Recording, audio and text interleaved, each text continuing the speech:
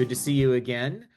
We are going to jump right into today's topic, which is how do you know if your team's doing well?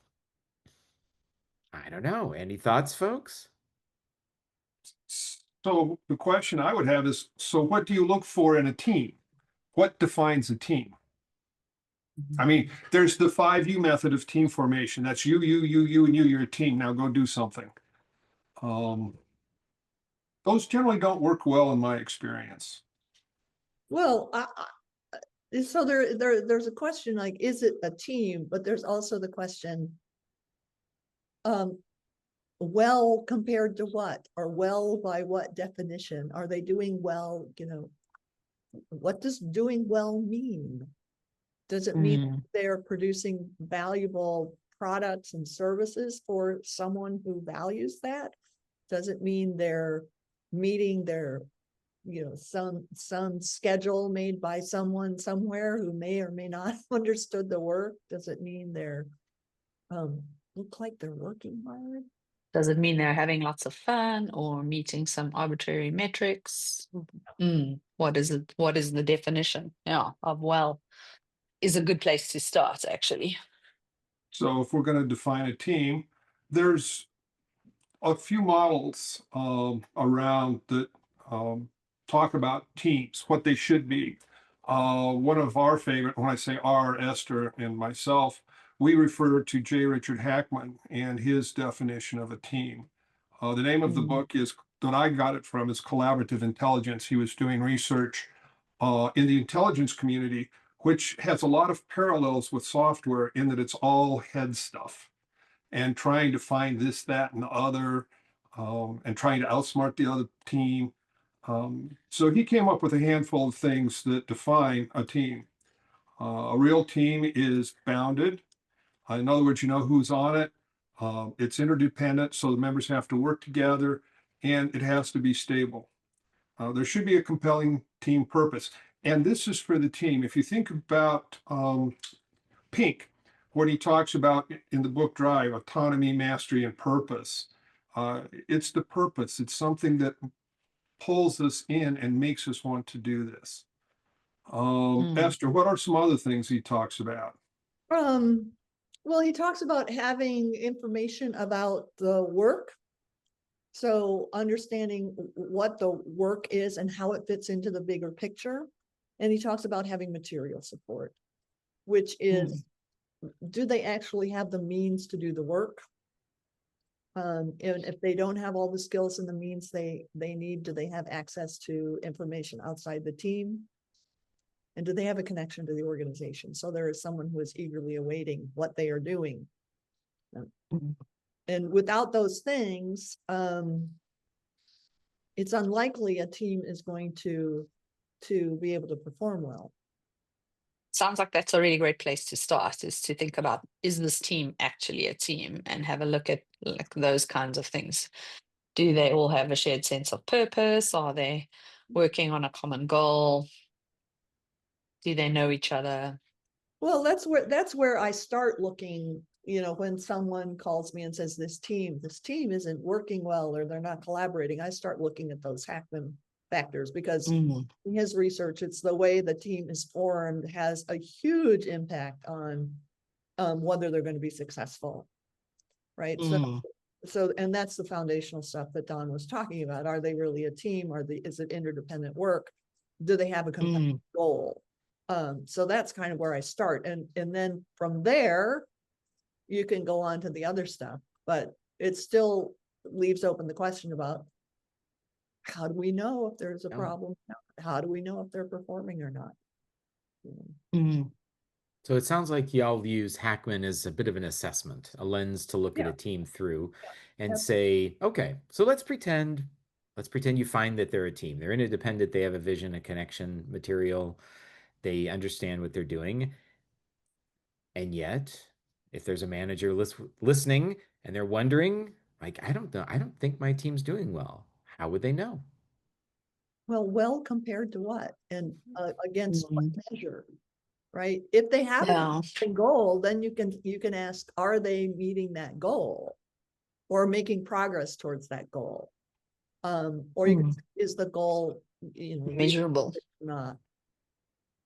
You know, Well, is it, and whose goal is it? You know, as a child, I was always told, you could get an A in this class if you would just apply yourself. And apparently that happened to other people here too. So, is it something? no, I got the A's. I'm sorry? I got the A's. Yeah, we had different childhoods. But, you know, is it your goal for the team to be performing this way? What is the team's goal? You know, there has to be, in an organization, there has to be some reconciliation of these two to make sure, or alignment of these two. Because as a manager, you're tasked and have fiduciary responsibility for the assets. And I hate to call people assets.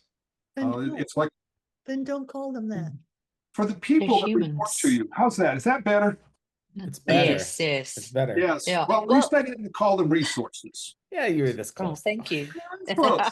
Back to what, let's get back to the topic. Something you own, so I don't know, that's really much better. Well, so you made me think about something, Don, because some of the best teams that I've worked on, it was like you said, it was this joint, this joint thing. So the team had very clear direction and purpose. What were they there to do? What did they need to do? And then they had their own they had set their own, well, how are we going to measure that we're doing the thing and going in the right direction, and created some metrics for themselves about being able to measure what they were doing. And so that became, something that they could hold themselves to, which was great. So there was this very clear purpose and direction, which is awesome. A lot of the teams that I've noticed that don't perform, a huge reason for it is because they don't know where they're supposed to be going. So they're just going in all the directions instead of in the same direction or in one direction. Then they're lacking some compelling goal. Exactly. I want to go back to what you said, because you said they had a purpose, and then you were talking about their purpose and how does that align with the organization. And I'm a little puzzled by that.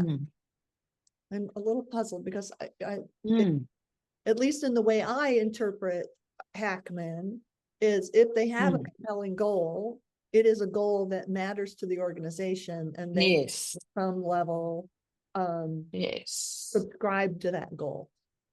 Yes. So the goal was an organizational goal. Yeah. Well, and it must align in some way to what people want to do, because if they don't want to do the work, they're probably not going to do well. So Dawn, tell me what that disconnect was that you were referring to, or like that's what I interpreted that you were saying.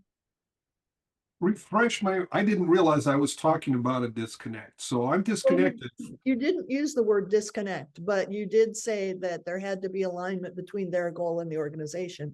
And since most teams, or something to that effect, so most teams exist within an organization, and if they have a goal,